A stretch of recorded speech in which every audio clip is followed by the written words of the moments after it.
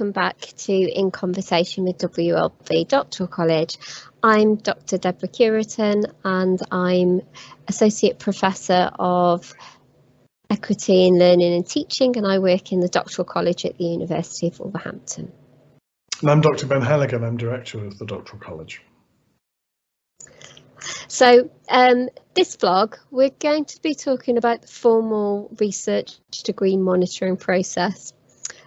So this is really important. It's often something that we assume our students understand, but sometimes they don't. And I think we're often culprits of assuming students understand the life cycle of a degree that they've never studied before. So we're going to try and be a little bit clearer about those processes. So just to overview, there are a number of different ways in which we monitor progress in research degrees, and they're at a number of different levels, aren't they, Ben?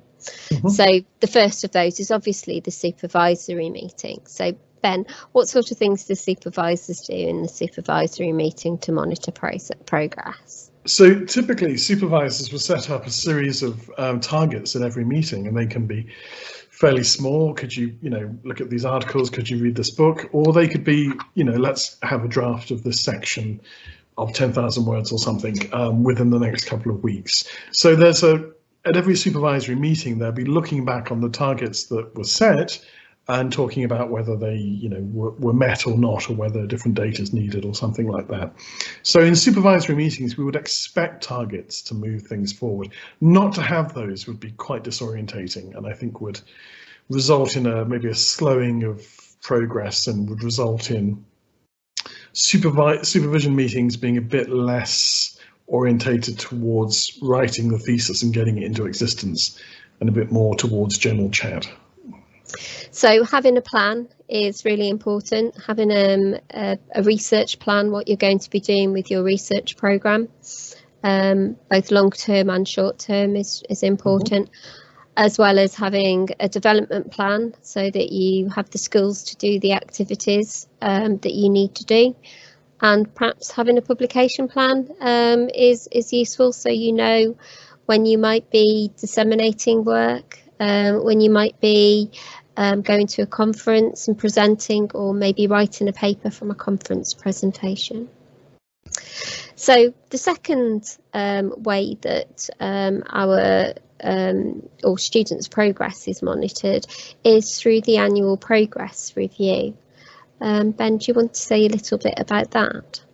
So this occurs around month 9 of each year, and you'll be asked to complete a form that asks bits and pieces around what training you've done, equipment, resources, regularity of supervision meetings, your plan for the coming months in terms of developing the doctorate as you progress it. So kind of general information about the state of the thesis. And with that, you will be invited to submit a chunk of the thesis as supporting evidence. The size of that is determined by how far into your doctorate you are. So you can imagine the first annual progress review, APR, the supporting evidence is fairly modest in size, but towards the end of your time with us, it will be quite a bit bigger. The reason for that is it allows the assessors to actually look at what you've got and then to provide formative, useful, constructive feedback, or to give you a thumbs up. So, you've given us half, you're halfway through, you've given us half, this is looking pretty good, which is quite an empowering, confidence building experience to have. So what will happen then is that you submit that a couple of weeks to give the assessors a couple of weeks to look at it. Then you'll meet up with them, you have a bit of a chat, usually takes half an hour, 45 minutes or so, and then they will get back to you with some formal feedback on a form, and that will complete that year's annual progress review. So the annual progress review is often something that students are scared of. We often get students talking about their nerves at their first annual progress review.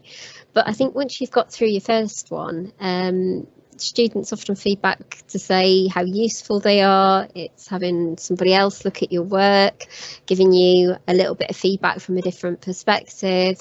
It kind of gives you kind of a bit of a pat on the back. You know, you're working, doing the right thing and going in the right direction. And it's nice to be able to have those conversations with people outside your supervisory team who are actually really interested in the work that you're doing. I mean, the very final annual progress review could be fairly soon before you submit. So to actually have an opportunity to say, here's the thesis as it stands, let's talk about it. I'm a bit worried about this. What do you think? Is this as good as it seems to be?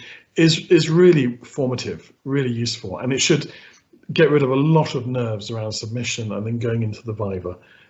Indeed, the opportunity to talk about your work, to talk about often difficult concepts, is something that you have then formally every year, which builds confidence, builds ability, builds the way in which you'll perform well in the Vive itself. So the second APR if you're a full-time student, or the fourth APR if you're a part-time student at the University of Wolverhampton, is something called progression. I think in other universities this might be called the transfer point. So again, this is another way of being able to look at progress and monitoring that progress. So how does the progression or transfer, as it might be called in other universities, differ from the annual progress review? Not so much, but I mean, what it does is it gives us an opportunity, the assessors have an opportunity to look at the work that you've got, that you've done, to talk about how it's going to move forward, and to really answer one question, which is this on course to be a successful doctorate? Is this person going to be awarded at the end of it?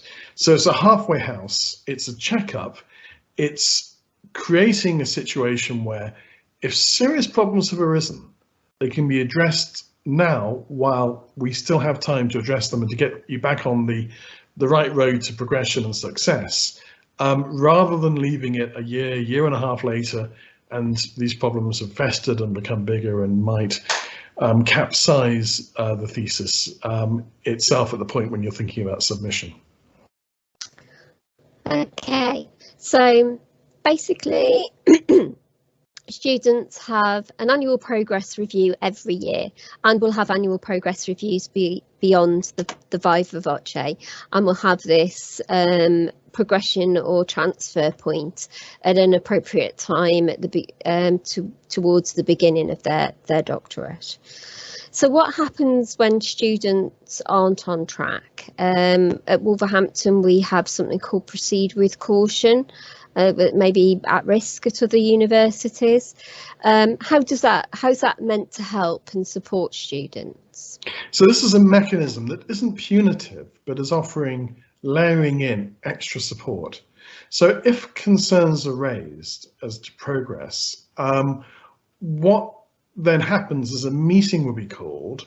The researcher and supervisors will agree to a timeline with dates and bits and pieces of work that need to be done, achievements that need to be achieved going forward. And once that's agreed, we'll have a kind of co-signed letter, we all agree in that, and then that's sort of monitored going forward. So it could be that if things are not going well, you are on Proceed with Caution, that caution lasts a month, you're back on track, everything's totally fine, and you're probably feeling, thankful and quite relieved. So that's how that works. So it's a developmental process. Yeah.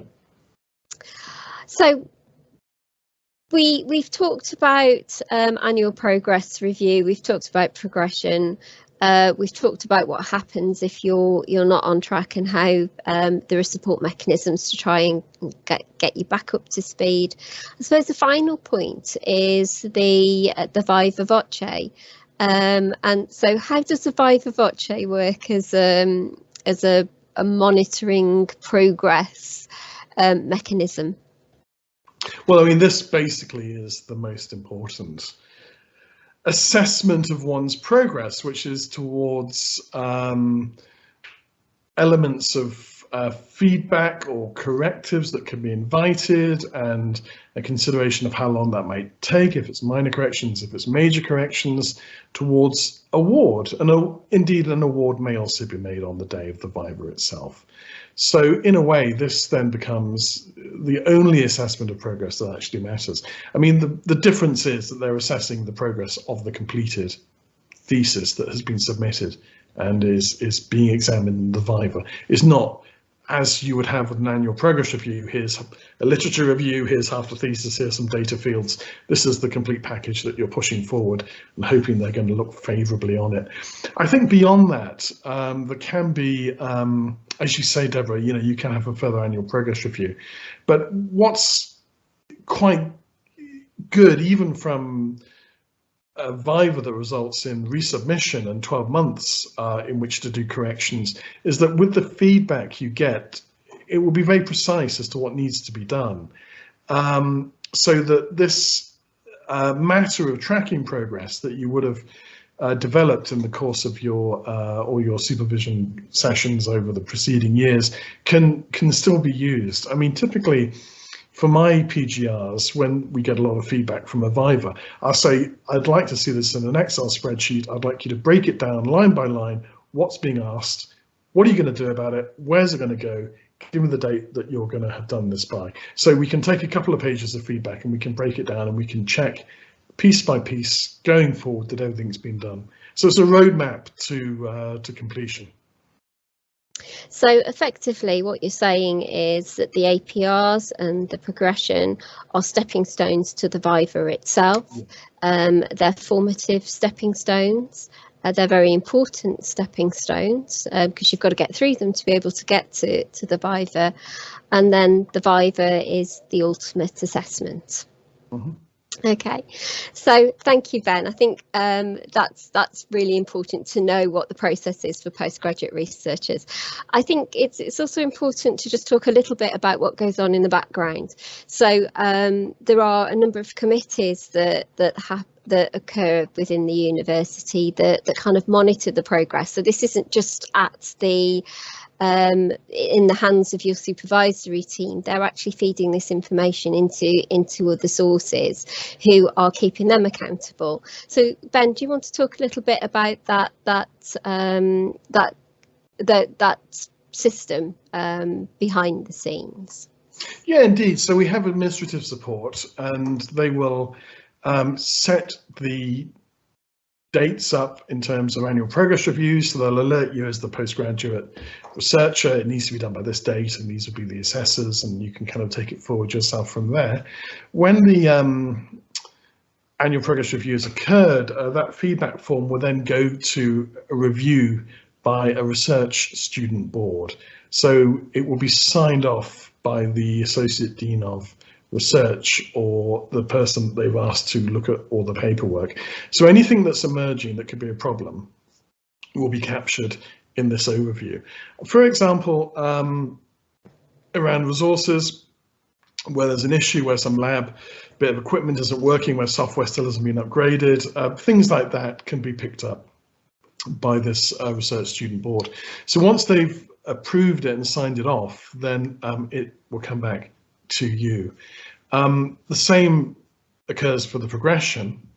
In respect of the Viva and the things behind that, I mean, there'll be a chair in the Viva, and you'll pick this up from the various discussions we've had about Vivas itself, but it's the chair's role to monitor that the Viva occurs as it needs to, and that all the paperwork is completed and signed off as indeed it should be, and that our regulations are to hand in terms of any questions that arise from the examiners.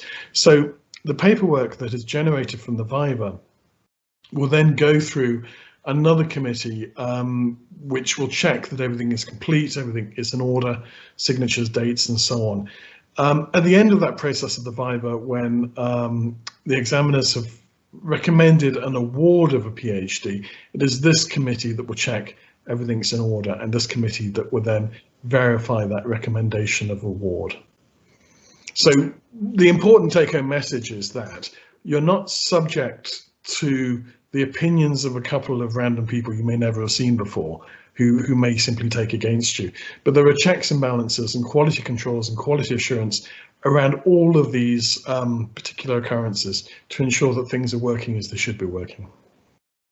Okay, so it's quite a complex system of meetings that go on behind the scenes, but it's nothing that postgraduate researchers need to worry about.